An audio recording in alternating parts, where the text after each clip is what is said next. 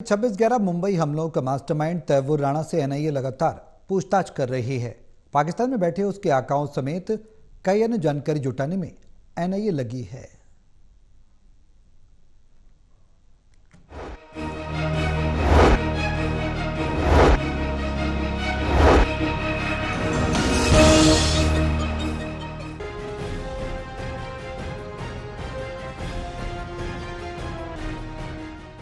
छब्बीस 11 मुंबई हमले के मास्टरमाइंड तैवूर राणा से 18 दिन की कस्टडी में भेज दिया।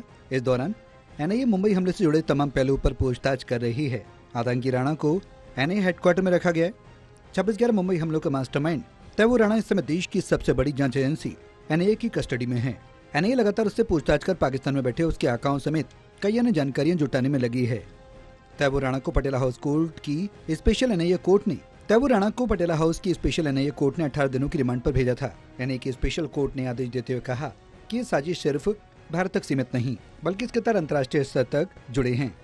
तैवूर राणा को अमेरिका से प्रत्यर्पित कर भारत लाने के बाद जांच एजेंसियों ने उससे पूछताछ शुरू की, जिसके चलते एनआईए मुख्यालय के बाहर सुरक्षा के पुख्ता इंतजाम किए गए। 24 घंटे अत्याधुनिक हथियारों से लैस पैरामिलिट्री फोर्स के जवानों को तैनात किया गया और 3 लेयर में बैरिकेडिंग की गई। बैरिकेडिंग पर 24 घंटे दिल्ली पुलिस के जवानों को भी तैनात किया गया। अगर पूछताछ की बात करें तो आतंकी तैवूर राणा एनआईए को जांच में सहयोग नहीं कर रहा। सूत्रों की माने तो तैवूर राणा बार बार याद नहीं और पता नहीं जैसे जवाब देता रहा।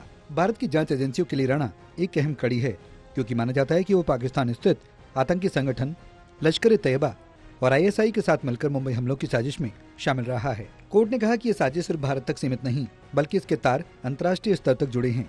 कोर्ट ने कहा तैवूर राणा को उन सबूतों से रूबरू कराना जरूरी है जो उसकी रेकी से जुड़े हैं।